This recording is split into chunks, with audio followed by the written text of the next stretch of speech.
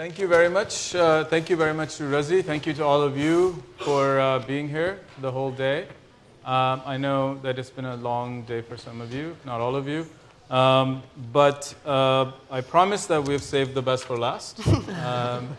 It is my honor, actually, to share the stage with two of the finest scholars of the subcontinent and two people that I consider to be my teachers in various guises and forms, ongoing and for a long time.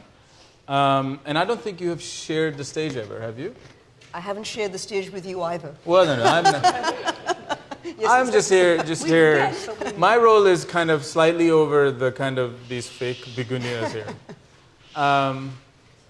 So in a sense, we have two very distinct scholars. For one that has worked for a very long time in really thinking about our deep past in the subcontinent, about both the ways in which epics, myths, memory play a role in forming the political, not just for the pre-modern periods, but also for the contemporary. And of course, Professor Jalal, whose work has defined perhaps three different fields of modern South Asian study, and has worked explicitly on the question of authoritarianism, the question of how dissent works, and how the right to speak has evolved over the course of the colonial period. And so as this session is about the idea of free speech, we are aware that there are severe challenges to the right to free speech, not only in the subcontinent, but of course around the world. And in the subcontinent, in Pakistan, we have had everything from the cybercrime laws that curtail what can be published online, to the ways in which Balochistan, the case of Balochistan, the politics of the Pakhtun movement have been policed and curtailed.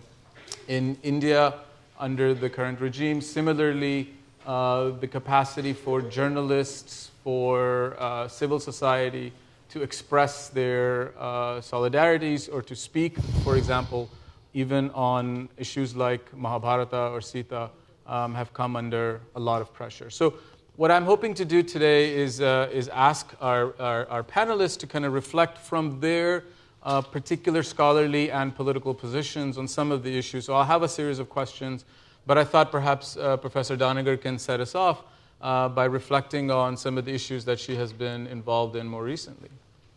Thank you. It's a great privilege to be here. It's not my usual crowd, and I'm very happy to be among you. And I'm especially happy to be in conversation with Ayesha Jalal on these issues that concern us both. So I wrote out a little something. I'll read it about 3 or 4 minutes, and then we'll pitch in.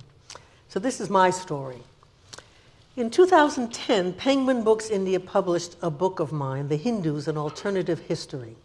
Within months, a man named Dinanath Batra, a then 81-year-old school headmaster and member of the right-wing RSS movement, brought the first of a series of civil and criminal actions against me and the publisher, arguing that my book violated Article 295A of the Indian Penal Code, which is part of the remaining problem. This code, which had been passed in 1927, at a time of serious conflicts between Hindus and Muslims, stated that anyone who maliciously insults a person of another religion goes to prison. The original cases prosecuted under this law generally protested insults against Muslims, sometimes against Catholics, that is, defending religious minorities against Hindus. This was under the British. But after Indian independence in 1948, the Hindu majority began to use the law to defend Hindus. In fact, my book was neither banned nor pulped, though it was said to be both. Penguin India settled out of court, ceasing to publish the book, but their publisher and editor-in-chief, Ravi Singh, resigned from Penguin and eventually formed a new company, Speaking Tiger, which republished my book. It's still alive and selling well in India. So one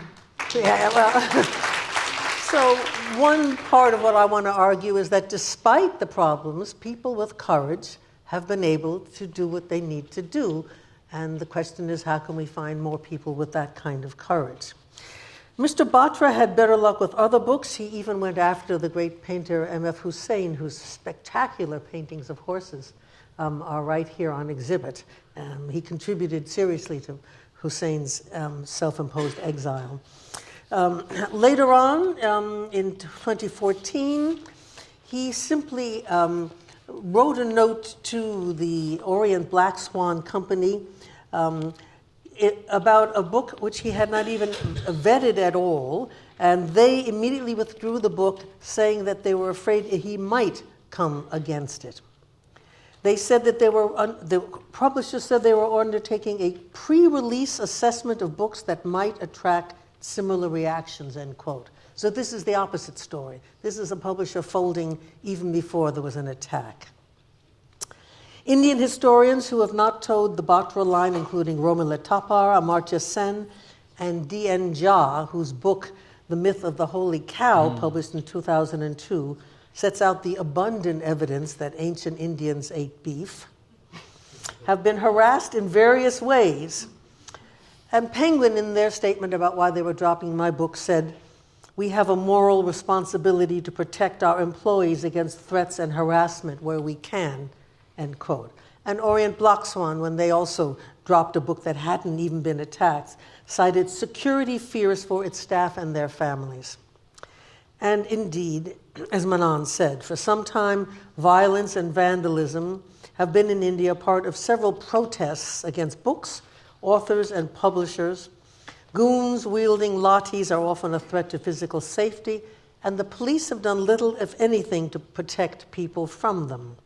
Publishers and schools that persisted in publishing or using books that had aroused the displeasure of the right-wing moral police have seen their offices ransacked, computers vandalized, staff physically injured.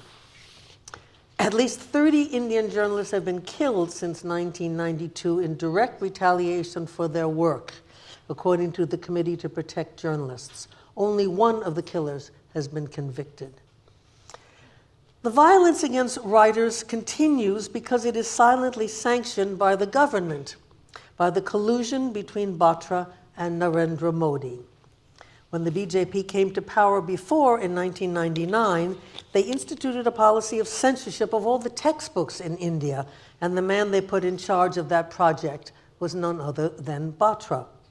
His revisions included the claim that the Taj Mahal, the Qutb Minar, and the Red Fort were designed and commissioned by Hindus. Since Modi's election, the government has prescribed as supplementary for reading for primary and secondary schools 9 books on the importance of Sanskrit culture and the Hindu code of conduct. Of these 8 were written by Dinanath Batra. Attacks on non-Indian scholars like myself and Sheldon Pollock and Audrey Trusky, who wrote a book about the Mughal Emperor Aurangzeb without denouncing him as Hindu nationalists have generally done, these attacks have now taken on a new turn, an anti-Semitic turn. This is not entirely new, although it appears to be. It's a resurgence of the early stirrings of anti-Semitism in the broadest sense of the word, anti-all the Semites, not just anti-Judaism, in India under M.S. Golwalkar in the 1920s, when it was argued that Hitler's extermination of the Jews should be taken as a model for India's extermination of the Muslims.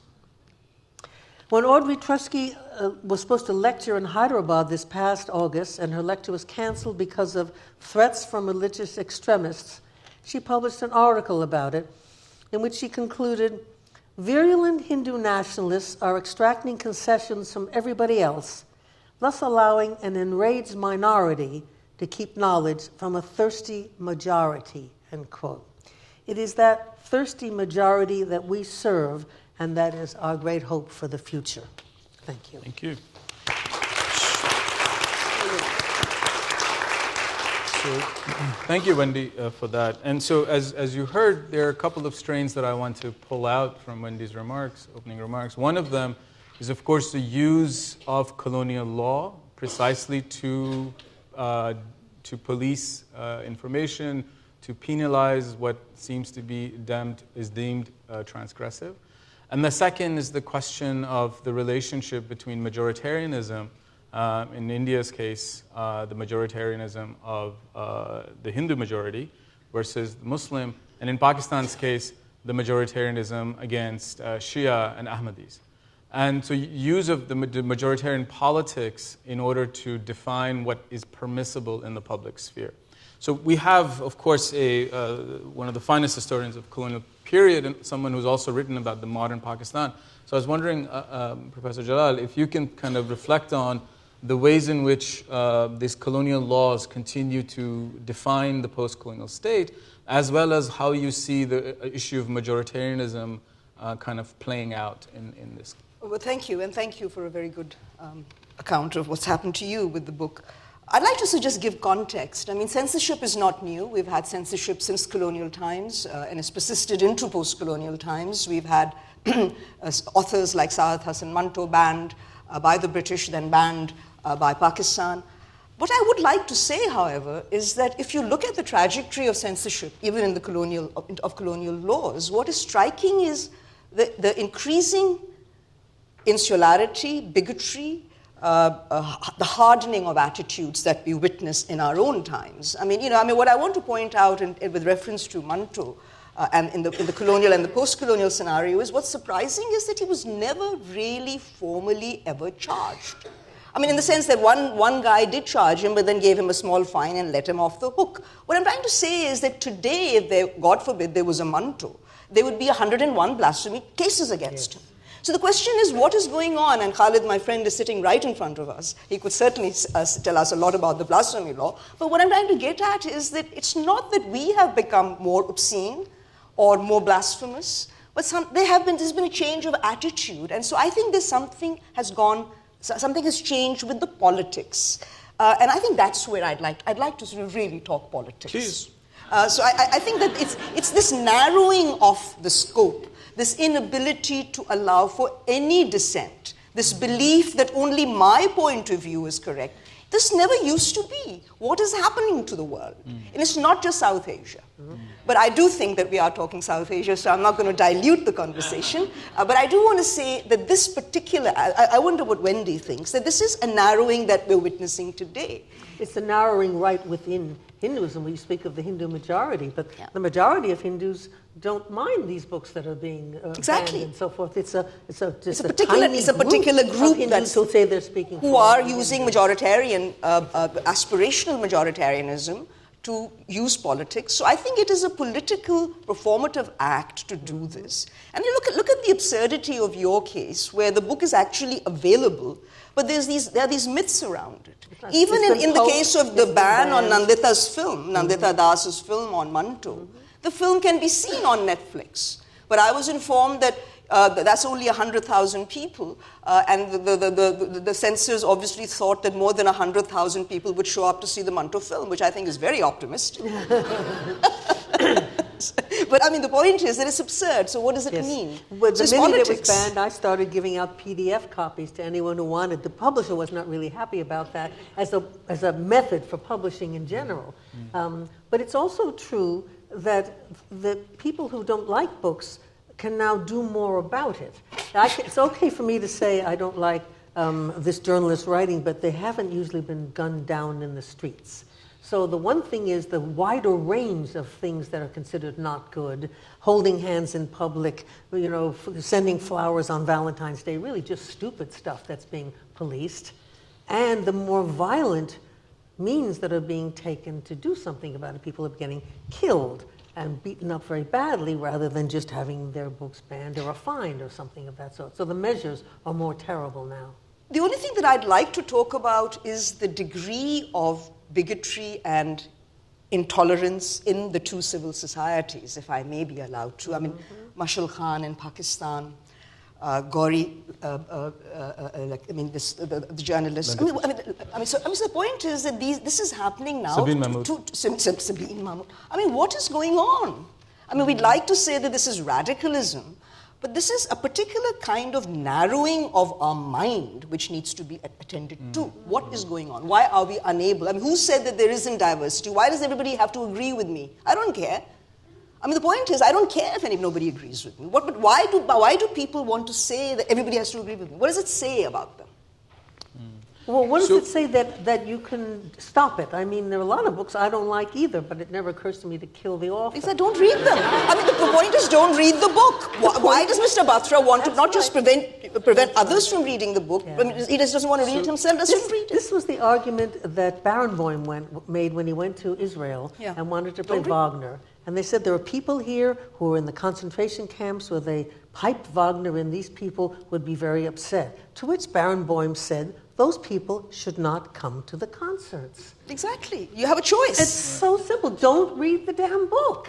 That's right. But shoot the author? No. If we can interject on the question of politics, actually, the idea that speech is devoid of majoritarian admission, the majority to allow it in civil society is very difficult to swallow for a lot of people, right? So in the colonial law, the question of sensibilities, the hurting of the sensibilities of community, that is at the root of both of these blasphemy law. Right? I mean, it was religious sensibility. Right. It was a citizenship protection law. We have turned it into a citizenship vulnerability law. Precisely. How is that possible? How can you turn a law that the colonial state intended to protect people into a law that targets them? Right. I mean, that's really a remarkable turnaround. The idea of sensibility works also in America, where people at the moment are not being shot for what they write. In the banning of books in schools that might upset people, right? If there's a word in it that's upsetting, a racist term, or a woman is raped, students aren't supposed to be able to take those courses. Right. It's the same idea that literature is powerful, which is a nice idea. We all like to believe, those of us who write. But that literature is dangerous and people need to be protected from it. So let me see, because we can cover 1,000 years between the two scholars here. Let me. A whole half an hour. So the question is, Professor Jalal, you mentioned briefly that we were not always like this. So Wendy, what were we like? Is there dissent? Is there free speech that is available to us as models from the epics or from other traditions? What happened, or what was there for the story of the colonial state to kind of corrupt it in the ways that we are speaking about right now? It's really interesting. I mean, in the ancient period, in the Sanskrit texts, you have dharma rules, you have Manu, who's extremely strict, you should never look at a woman, everything like that. But you have all sorts of other books which are also being published. You have the Kama Sutra, tells you how to commit adultery. It's a long chapter, how to commit adultery. Wait till the guy's out of town, all sorts of stuff. And adultery, I mean, Manu says basically any woman who commits adultery should be eaten alive by jackals. So you have the laws, the dharma rules, but you have other voices always. And you have the Ramayana, where Sita is such a good girl. Well, actually, if you read the Valmiki Ramayana, Sita is not such a good girl. She gives Rama hell at various points for misbehaving. And you have, as A.K. Ramanujan pointed out, so many other Ramayanas in which Rama is really foolish and so forth. And what happened, that's almost a pivotal point, was that essay on how many Ramayanas there are was one of the moments in contemporary Indian history when it hit the fan. Absolutely. Yeah, absolutely. When, if you ban that book, then you ban the entire history of Indian literature, which has always had 10 or 20 or 10,000 views on any subject, all of which were available to anyone who could read, and even people who couldn't read, it was available orally. So you can almost see the moment, like in a photograph where you see the clouds cover the sun. You can see the moment when dissent, that there should be different views about the story of Rama and Sita became actionable by law. That's the moment when everything changed. And you have written about khudi and khudiyat and the idea of in Muslim thought. Interpretations. Yeah. I mean, there's dissent. There's competition. I mean, there are even sort of innovative ways to circumvent the Sharia, like Hayal laws. Hayal laws were, a good amount of energy was spent on finding ways to circumvent the Sharia. So there's a very elaborate rule of laws. It just goes on and on. It's just that the modern mind has not been open to difference. Whether that has to do with colonial modernity, we can discuss that, but clearly modernity came with a view, and this could be the homogenizing modern state. I'm leaving it open whether it's colonialism or the modernizing state. Maybe it's a bit of both. But this homogenizing individuation process, it becomes, you just do not allow for difference. The whole discourse of rights is a homogenized one, whereas in the pre-colonial period, difference was never an issue. A difference was accepted as a given. Yeah. I mean, there was discrimination perhaps, but no persecution. Now we have not just persecution, we have genocides. I think there is a moment in colonial history when the British get there and they say to a bunch of Brahmins in Calcutta, what is your Bible? Everybody has a Bible. We're Protestants, we have a Bible, you must have one too. Sure. And someone said it's the laws of Manu.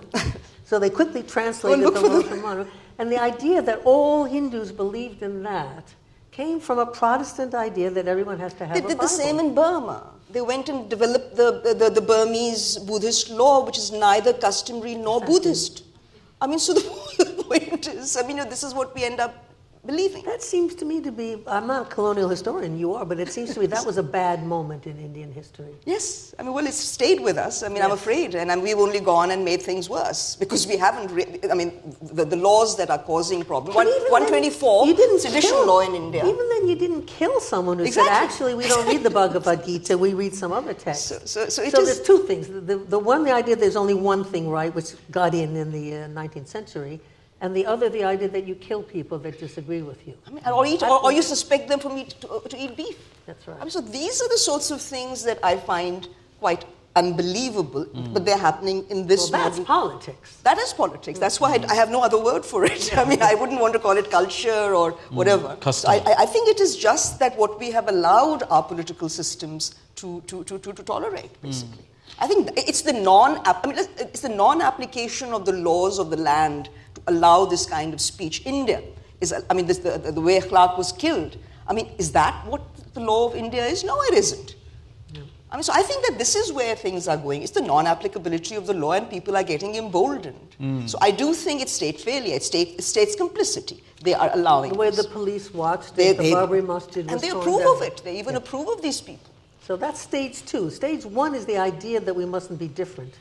But stage two is that the state colludes in the punishment of people. Stage three is that the law or the lawlessness is taken into the hand by the civil society, and that's why you have mobs and you have the vigilantes. You have assassinations and you have so that's the third. They know that's they the won't third be stage punished. because they won't be punished. Exactly, it's the non-application of the law. Right. That is the reason for this. Right. If we didn't treat the laws as people often do about their religious laws, these are citizenship laws. That's how they were put in place. Right. This misconception of these laws into religious laws has resulted, in the kind of chaos we have, where not only are people being targeted, but people just can't speak anymore without being accused of some kind of blasphemy. And I wonder if that's real censorship. If we think about the law, the question of the law, in the sense of kind of, as you're saying, the ability of the state to manifest itself for the protection of everyone in the society,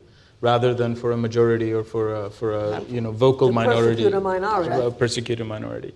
And I wonder here again, sort of thinking about places that have persisted, I would say, despite this breakdown, right?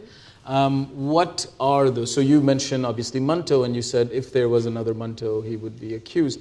But do you see, both of you, in a sense, in contemporary, and you're obviously in communication with people like Audrey Trushka and other folks. So here, the positionality of the scholar perhaps is important. Where are you when you're writing? And then obviously other spaces. No, Manan, I think that the academics are doing their job. My great concern and worry has been with the media. And the media is this corporate-driven media. It's not even the journalists, but the corporate houses, the way that their whole ethos of running, and they are complicit with the governments. So what are the people getting? They are getting a singular narrative. I see. So I think that is where the question arises. And my friend is sitting right here, Vivek, and she's the one who's taught us the difference between agency and subjectivity. Are these people acting on their own agency? But there's also the question of the danger to journalists. Ellen Barry, who wrote for the New York Times for a long time in India, wrote some really wonderful articles, very, very critical of Modi's India. And finally, the death threats against her were so intense that the Times pulled her out. And she's in London now covering Brexit. And as she left, the day that she got on the plane, she wrote a terrifically destructive article about Modi that the Times printed as she left India. So she couldn't do it from India, and she can't obviously do her work when she's not in India. So the question that I'm also concerned with is who is still safe to speak? And anybody who the BJP and the majoritarian party regards as national. So this issue of the anti-national in Indian discourse has now become a very, very so what happens to the voices of dissent in India? You can easily call them anti-national, and that's the end of that's what happened to Kanhaiya Kumar. Kanhaiya Kumar is suffering 1224. I mean, that's the sedition law. Yeah. So he's not spared from that. So this is this is a colonial law, which really I think it's ironic that India is a country that has a colonial past, and this law convicted people like Mohandas Karamchand Gandhi and many other key people, and it's still on the statute books. So there's and I think it's an unconscionable law. Should be questioned. Well, so should the 295A. Yes, of course. I was thinking, I lived in Moscow in 1970-71, in the Cold War under Brezhnev, and we had samizdat. I mean, there were certain things. You went to someone's house all night, you sat around a table, and someone read a page and said another page, and you, at the end of the morning, when dawn came, you all went home. There were ways that the Russians found under a government which is arguably even more repressive than Modi's government in India, because we're not going to compare monsters here. So that was one way to do it. Alan Barry did it by leaving town. So who is going to have these voices in India? I mean, there are voices, but I do want to say that what worries me are, I mean, those voices are speaking, and I do think the battle is on. But unfortunately, the Indian media is providing us with a singular narrative. That's right. That is what is shocking. It has never happened. And I do think that is going to have a longer term impact in Indian politics. And how do you see this playing out in Pakistan? I'm thinking of Cyril Almeida, who's banned from Dawn when they were writing about Nawaz Sharif's thoughts and how the Pakistani media under the present regime... I do think that in Pakistan's case and what's going on in India, they are similar, but the degree of the cases were different. Cyril's case engaged securitization issues and involved the military. These are social issues in India. The way in which the lynching is going on, the way in which sedition laws are being used, the way in which students are being being harassed on campuses. So I think that in Pakistan, because of Cyril's high-flown kind of, it was a political piece and questionable, and they raised issues of responsibility, journalistic responsibility. But in the case of India, what you're witnessing is, Pakistan also has, it's not Cyril that will be the equivalent of the lynching. In Pakistan, you have Mashal Khan. Yeah. People like Mashal who have been killed. What do you do with that? And the issue is the same. It's the state is either complicitous or is not going after the people who are misusing the laws. So if we can identify a state that is both relying on colonial laws to extract or to enforce the impermissibility of speech, if we can put to this next to it the media that, as you have pointed out, is corporatized and in some relationship of manufacturing consent, as it used to be called. And then if we put next to it this idea of quote-unquote civil society violence, right? So now we have three formidable kind of But there's forces. Another thing that I want to point out, that just the panel before this one was about water. And all that they were talking about was the lack of provision of data. Haven't governments in South Asia started withholding data? I know the government in this country is trying to do the same as well, but I'm interested in South Asia. So they're withholding information. So there's dissent. I mean, the curbs on dissent, and there's this lack of information, lack of knowledge. This is the other side that feeds this kind of intolerant... Majoritarianism. There's also the perversion of knowledge. That's There's right. Distortion. The number that Modi is doing on science in India, and the Indian scientists are trying to sort of keep it going, and he's instituting all sorts of insane programs about cow dung and God knows what. And this is a man who's going to have his finger on a nuclear button. I mean, this is, if you subvert science, you're getting really down to the bare bones of truth, I think, really.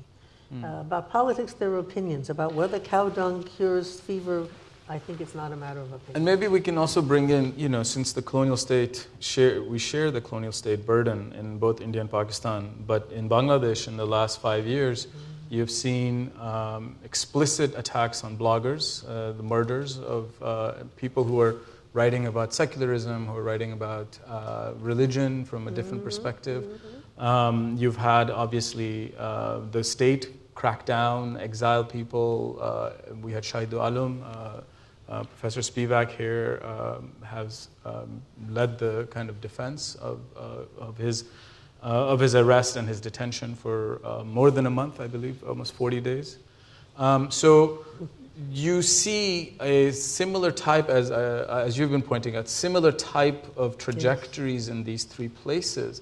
And I guess the historian in me will always want to figure out where the cause and effects are. What is happening? Are we all kind of, Macaulay's children regurgitating this colonial, or there's something in your estimation, both of you, how you see that these similarities have been played out across the subcontinent? The politics have altered the laws considerably, and their significance. Made them more draconian, in fact. Certainly the blasphemy law in Pakistan, I don't need to talk about it. It's clear that it has been hardened, it's become much more rigid than what it was originally, so that from being a protector of the citizen, it's become the primary sort of, it makes the citizen vulnerable. Any citizen who speaks up is vulnerable to being booked on blasphemy.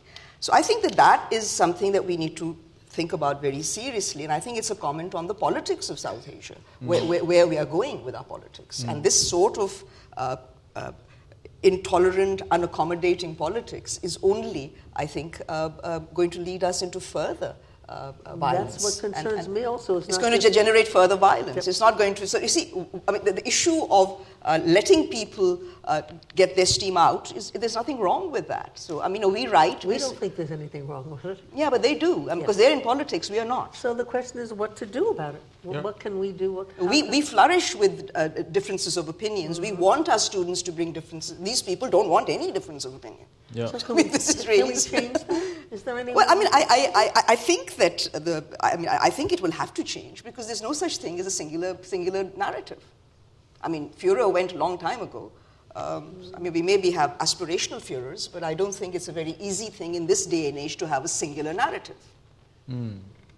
I fear it is. Yeah. Well, only for those... That's exactly what I'm afraid of. No, but there are ways of which... I mean, it's I am trying to point out that, you are concerned about the dissenters. I'm concerned about those who are complicitous, who just don't care. Who just want to go along. Maybe the solution is to get to them, to make them care somehow. I don't think that they will necessarily... I think they're just people who prefer to go along with the general. They don't want to create difficulty. It's you and I who create difficulty. Oh, yes.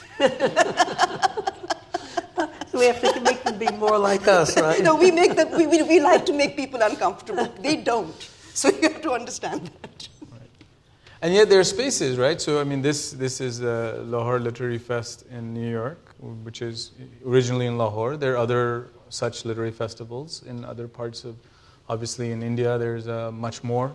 These gatherings where academics, artists, activists, maybe that's why we need these more, because we find the spaces so... I mean, they've been shrinking over the years. So this is a way to kind of create these spaces. These have taken off quite a lot. But, I don't know. Yeah. I do think this is one compensation from... I think that those of us who are privileged to not be in immediate danger of death for saying things, those of us who are older and are not, as academics, not in immediate danger of losing tenure or not getting visas or something of that sort, really have got to keep speaking out, because I don't think we can expect... They'll never invite us on the media. Wendy, who's going to invite us on the media? It's true. They don't invite certain people. We'll still talk. We'll find other ways. I Skyped to the Bombay Literary Festival a year ago. There you go. Because I didn't dare go in person. And there was Batra in the front row growling at me like that, right into the camera. I could see him back in my nose. So I think we have to make a loud noise because we can't expect people in India who are in danger to do it. As you say, some of them simply don't think of doing it. They just don't have the will or the brains to do it. But the people who do are in danger and may hesitate. I mean... I think there are many in India who I think, the latter one, I mean, those who are critical and don't like what's going on, who I think will withhold. I mean, they will eventually win. India is a very complex country. We all know that, and that again is because of his politics. So I am quite confident that, yes, we have to go through this period. But I think the pushback, maybe not as evident as in the United States of America, but it's there. It's not absent. And what about Pakistan? Oh, Pakistan's a different story. Pakistan has a scenario of a civil-military arrangement at the moment. So I'm not sure that, I mean, it's a very managed one. And I think that if you look at civil society, even the PTM, the way they're handling the PTM, it doesn't augur very well. But I don't see any change in Pakistan. Pakistan's going to remain the same until things get much worse. Until things get much worse? Yes. Economically. So you think it's going to get worse and worse and worse, and then it's going to get better? No, I'm not saying that. But, the point with Pakistan is that the Pakistanis have to decide when they want to change their mind. Yes. When they want to forget certain things and remember. See, it's about remembering the right time and forgetting the right time. You don't think they need help in remembering? No, I don't think they don't need any help. But they need to realize that they're going nowhere. Yeah. But I guess let me ask both of you to put on your hats as teachers then. In a second. I have. Right. So you I'm not putting on my hat as a politician. You have you've both you've both trained an immense generation of scholars. I know you let academics off the hook earlier, but let me put them back on the hook. It was a relative statement. Let me put them back on the hook. So what precisely is the role of the academia here in the sense? So military, media, law, we have obviously a fair amount of excellent lawyers who fought against Musharraf in this room, etc. So how do you, and I was actually thinking about, historians like Shafat Ahmed Khan, K.M. Ashraf, people who wrote against the colonial state from their capacity as historians, as the histories they write. And obviously I'm sure when you were doing the fieldwork for your second book, you were in 86, 87, you were where the moment for restoration of democracy was happening and Benazir was coming back. So I mean, there's a moments that are your production as a historian intersect with the same moment of political chaos in Pakistan. So what about us as academics? What about us as interpreters of the Gita and I feel it's our duty as academics who are in relative safety, by which I mean physical safety in America and intellectual safety because we have tenure, to say these things and to argue these things and to do the research to try to find out more about them. I do not expect my students to do it. I see. Why not?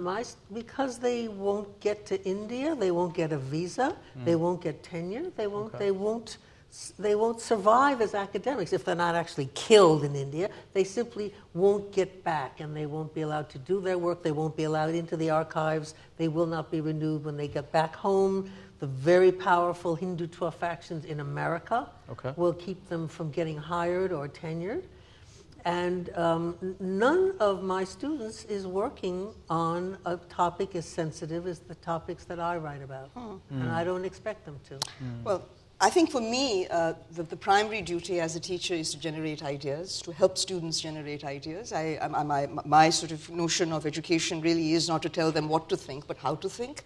And that requires being in command with a lot of knowledge in order to tell them how to think. So I think that I mean, and contrary to you, I do feel that the kind of students that I whether undergrad or grad, will go out and do things. Because I just simply think that the neoliberal moment that we're in at the moment has really changed, has brought something of the youth out, which is very different from the youth that I recall when I initially started teaching in America. And so I do think that the kids now, the students now have different expectations. And I feel that those of my students who are South Asian, who are going to go back to India and to Bangladesh and to Pakistan, are going to do very interesting things. And so my duty is to make them understand that the way they have thought about history is just not the way. Oh, no. That's just not the history that they need to know. No, I agree with you entirely, and my students are generally they speaking... go and do the same. They learn from me the same way yours learned from you. And I have one student, actually, Paula Richmond, who has done a series of books called Many Ramayanas. Oberlin. From Oberlin, indeed. And she still goes back to India. She goes on a tourist visa. Really? Yep. She has never... She's wise. Since she started those books. So there are ways. Right. She knows she's not going to get a visa. She kind of nips in and nips out and goes on so far. So Paul is an example of a student who has actually done the kind of stuff that I have encouraged her to do. But I worry about my students in India. I worry about my student Arsha Sattar, who writes about the Ramayana in India and who is actually in some kind of danger now in many ways. And I worry about her. I worry about her physical safety. There is open intimidation now, so I do think that is very worrying. Especially for my Muslim students, but really for my non-Muslim students as well. But people working here, there are armchair scholars, there are people of my generation, and on people like that, I think it's all the more important that they must do this work and they must encourage it, because safety is a privilege, and I think you have to earn it. You have to value it. I must say that they're students, and I do think there is a kind of mind that is needed at this stage. And just the kind of mind that the powers that be don't want. This is why I referred to Mantu more as a metaphor, because that kind of mind, that doesn't really accept anything. That's the kind of mind that's going to bring about change. Oh, yeah.